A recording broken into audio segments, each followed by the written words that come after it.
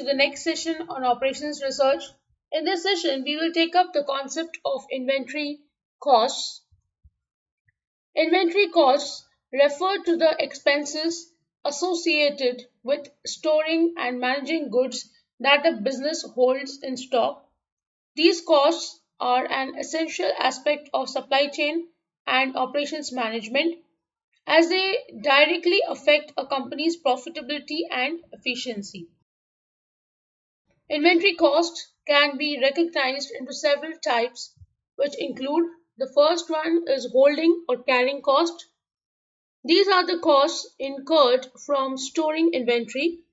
Holding costs typically increase with the amount of inventory a business keeps on hand. Key components include storage costs, rent or depreciation for warehouse space. So wherever you are storing the raw materials or half finished goods or say the finished goods, everything that you store in the warehouse will lead to some sort of cost because you will have to pay the cost of rent or depreciation for the space. So that is all included in storage cost. Next is insurance, the cost of insuring the inventory against theft, damage or loss. So these are certain things against which you're going to insure your products, that is theft, or there could be some damage to the products, say while handling or shifting the places, and there could be some loss, say there is a product which is lying in a particular place and which has a shorter shelf life, then it is possible that it is going to depreciate there itself. Obsolescence costs, the risk of inventory becoming unsellable or outdated over time, especially important for perishable or fashion goods. So there are products which can become obsolete because they are out of fashion, say certain clothes which go out of fashion, or maybe there are perishable items which are going to degrade as the time goes ahead. So these costs also are included. Then comes spoilage cost, waste or loss of goods, particularly for perishable items. Again, when you have perishable items which have a very short shelf life, in that case, there can be things which get spoiled. For example, vegetables. If you keep in the warehouse for too long with not ventilated conditions or proper spacing between the two bags that you have kept, it is possible that certain things may start rotting and the entire bag of vegetables may get rotted. So spoilage cost is something which is very important.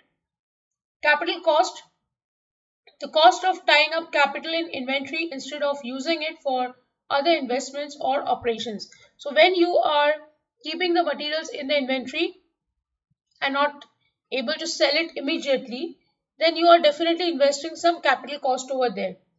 This money which you are investing in inventory can be used somewhere else. But instead of investing in some other project or operation, what you do is you are investing it in inventory management. So that is why it will lead to holding cost. The next one is ordering costs. These are the expenses associated with placing and receiving orders from suppliers. They tend to be higher when businesses place small orders frequently rather than large orders less often. So if you have small orders, obviously the supplier is going to charge you more, and if you place larger orders, then again you are going to add to holding cost because you will buy a lot of product and keep it in the inventory. Key components include procurement costs, salaries of employees involved in the ordering process, and administrative cost. So this is a part of procurement cost. When you're trying to procure the material, you need to pay the ordering charges that are involved and the administrative cost of salaries of employees that are involved. Shipping and handling, expenses for transportation, packaging, and delivery of goods. So whenever you have to ship the products to the customer, you will involve some good amount of packaging such that if there is anything which is fragile, it reaches the customer safely. So all these things are included in shipping and handling. Receiving costs, labor and equipment costs for unloading and inspecting shipments. So whatever shipment you are going to send, from one end to the other end, that is from the person who has manufactured up to the customer, there will be labor cost involved because there will be people involved in all the shipping and handling work. Also, there will be equipment cost. You will use some kind of transportation for transferring the goods. Order processing, costs related to order entry, payment processing, and updating inventory systems. So, all these also include cost, and that will be added in the ordering cost. The third one is stockout costs. Stockouts occur when inventory levels are insufficient to meet customer demand. These costs can have significant consequences, including lost sales, customer dissatisfaction, and potential damage to a company's reputation. Company's reputation is the brand name which can get affected if the customer is not satisfied. Whether you're talking about supply chain management or operations research, you should remember that customer is king. If the customer is not satisfied with the products that you have made, it is possible that the customers will leave your company and they will shift to some other company for the products. So the brand loyalty that you had created with the customer is now lost. The brand name will also get lost because over a period of time, if you continue doing the same thing, you will lose out on many customers. Key components include lost sales, revenue lost due to being unable to fulfill customer orders. So this is called as lost sales when you cannot provide the finished goods on time to the customer. Customer dissatisfaction, costs associated with lost loyalty, and potential customer churn. So you are trying to bring in a customer, provide the goods, and through that customer, you could have got more customers by word of mouth. But here, what has happened is the customer being dissatisfied has left your company, and in turn, the customer may not give a good review about your company to the other potential customers. Expedited shipping, additional costs incurred if businesses need to rush order fulfillment through alternative means.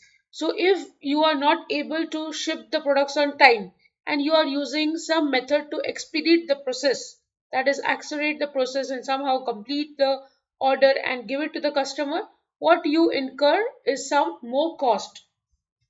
And all these things can happen because you are in a stockout situation where you did not keep enough inventory with yourself, and at the end moment you are not able to produce the goods and provide to the customer.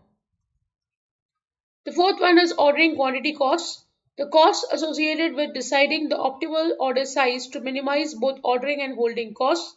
This is often determined using the economic order quantity EOQ model, which balances ordering costs against holding costs to find an optimal order quantity. So if you are able to have a very optimal order, you know how much to order and at which point of time you are going to minimize both the ordering and holding cost. You are reducing ordering cost because you are not ordering little products in frequent durations.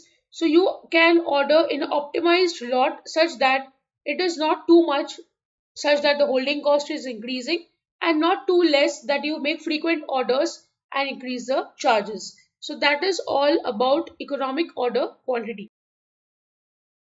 Next one is transportation costs. These are the expenses related to the movement of goods either from suppliers to warehouses or from warehouses to customers. So these are the two ends. When you are ordering the raw materials, they come from suppliers to your warehouses, or when you are done with the products, the finished good is made and you want to ship it to the customer, it goes from the warehouse to the customer. In both cases, there is movement of goods. It could be raw material or finished goods. So there are transportation charges involved. These costs can vary depending on the distance, mode of transport, and whether the goods are shipped in bulk or smaller batches. If you have smaller batches, obviously the cost is going to be more per batch. But if you increase the size of the batch such that you are able to produce more goods and send at once, then obviously the cost of transportation is going to be lesser. The next one is opportunity cost, the cost of holding inventory that could have been invested elsewhere. So, suppose if you are making some finished products and storing in the inventory, or maybe you are holding raw materials itself. So all the charges that you have invested over here, it could have been used elsewhere. So this is called as opportunity cost. The opportunity cost is tied to the idea that the capital tied up in inventory could potentially generate returns in other investment opportunities. So, had you invested in some other opportunities, you could have got better returns rather than just stocking up your inventory. That is, you are just holding on the money on the inventory. You're not creating a liquid flow of money. Managing inventory costs. Effective inventory management aims to balance these costs to optimize profitability. So, all the costs that you have seen, all those costs, if you are able to manage and optimize, then you will be able to manage your inventory cost. Businesses can use various strategies to manage inventory costs. The first one is just in time, a strategy where inventory is ordered and received only as it is needed, minimizing holding cost. So, if you're able to minimize the holding cost and also the ordering cost, then what you use is JIT and you are able to save on the money. Economic order quantity, a model that helps determine the optimal order size by balancing ordering and holding costs. I just told you about it. Inventory turnover ratio, a metric that shows how quickly a company sells and replaces its inventory, helping to identify inefficient stock levels. Inventory turnover ratio is nothing but some kind of metric data which will show you the company's sales, how much the company is selling the product, such that you are able to replace the inventory with some raw materials and going ahead with the next production process, and you're able to identify the inefficient stock levels, that is the stock which you are not able to clear into the market and is still lying with you. ABC analysis, classifying inventory into three categories A, B, and C based on their value and turnover rates, allowing businesses to focus more on high value items. So A is the high value items, B is the moderate value items, and C is the low value items.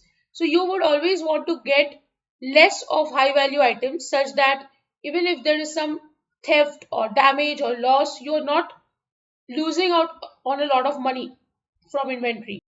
Moderate value items you buy moderately.